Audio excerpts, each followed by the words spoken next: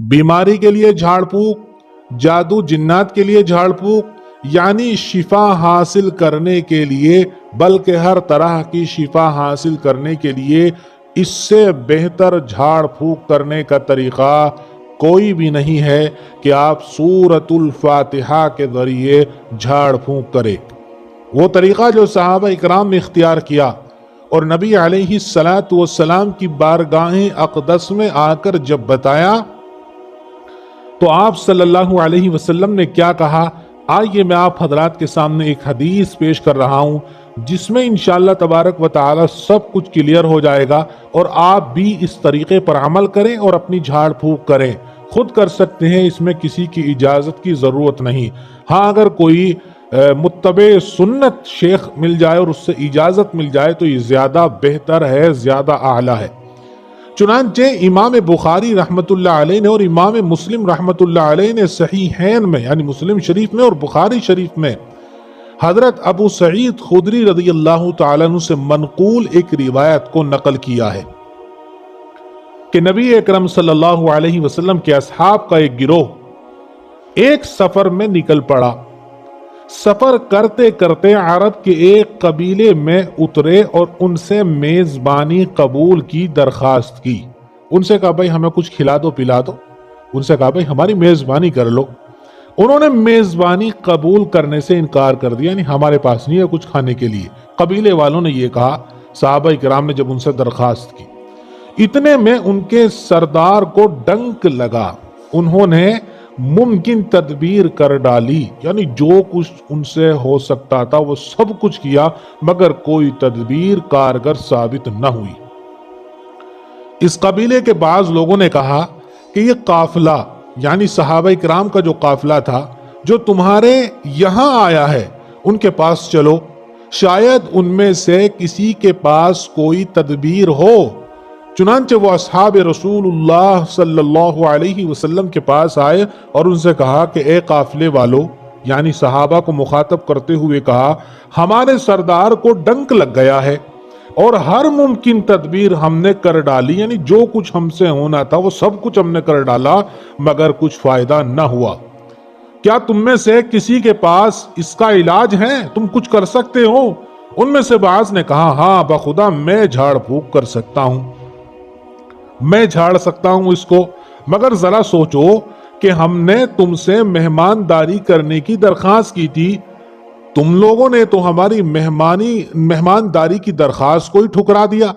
तुमने हमें कुछ पिलाया नहीं। सहाबा ने यह बात कही, हमारी मेजबानी आपने नहीं की, मैं इस पर दम इस वक्त करूंगा। सहाबा बयान कर रहे हैं, हम इस पर दम उस वक्त कर सकते हैं जब तुम इस पर हमें कुछ उजरत दो।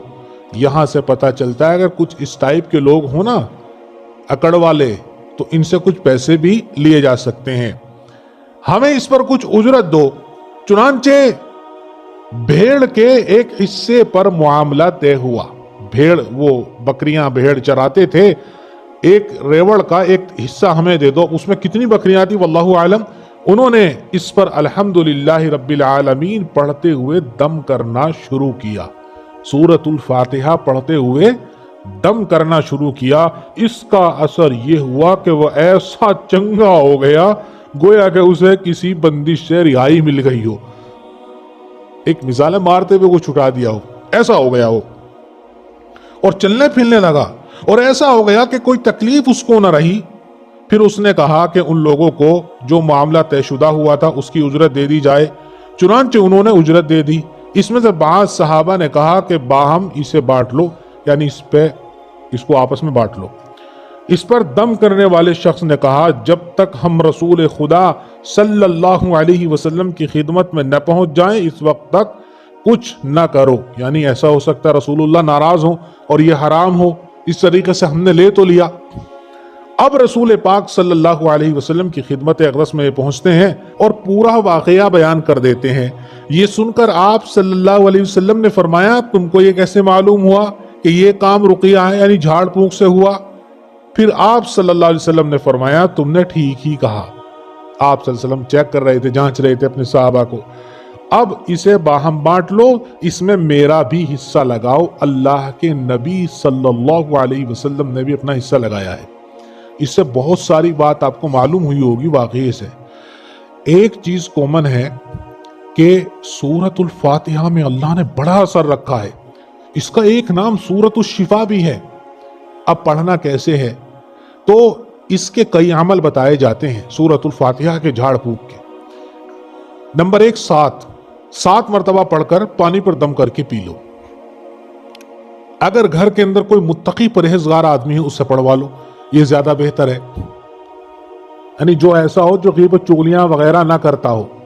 اور 41 مرتبہ بھی ایک عمل اس کا بتایا جاتا ہے سورۃ الفاتحہ کا۔ اور اگر کوئی زیادہ بڑا مریض ہو تو 1.25 لاکھ مرتبہ بھی اس کا عمل کرنے کو کہا جاتا ہے۔ اب اس میں کئی لوگ اکٹھا ہو کر بھی کر سکتے ہیں اور ایک آدمی بھی کر سکتا ہے۔ بہتر ہے 41 والا کر لو آپ، 41 مرتبہ کا یہ بڑا مؤثر عمل ہے۔ سورۃ الفاتحہ کو 41 مرتبہ پانی پر دم کر کے، کھانے پر دم کر کے، چینی پر دم کر کے، نمک پر دم کر کے مریض کو پلا دو۔ جھاڑ پھونک کے لیے ون آف دا بیسٹ وظیفہ ہے، اس سے بہتر وظیفہ کوئی بھی نہیں ہے جھاڑ پھونک کے لیے۔ اللہ کے رسول صلی اللہ علیہ وسلم کا واقعہ میں نے بتایا، آپ نے خود نے بھی کہا کہ تم نے ٹھیک کیا ہے۔ اور اس سورت کا نام سورۃ الشفا بھی ہے۔ اللہ تعالیٰ عمل کی توفیق دے، اللہ آپ کو شفا دے، جس کو بھی آپ کریں اس کو بھی اللہ تعالیٰ شفا دے، آپ کو بھی دے۔ السلام علیکم ورحمۃ اللہ۔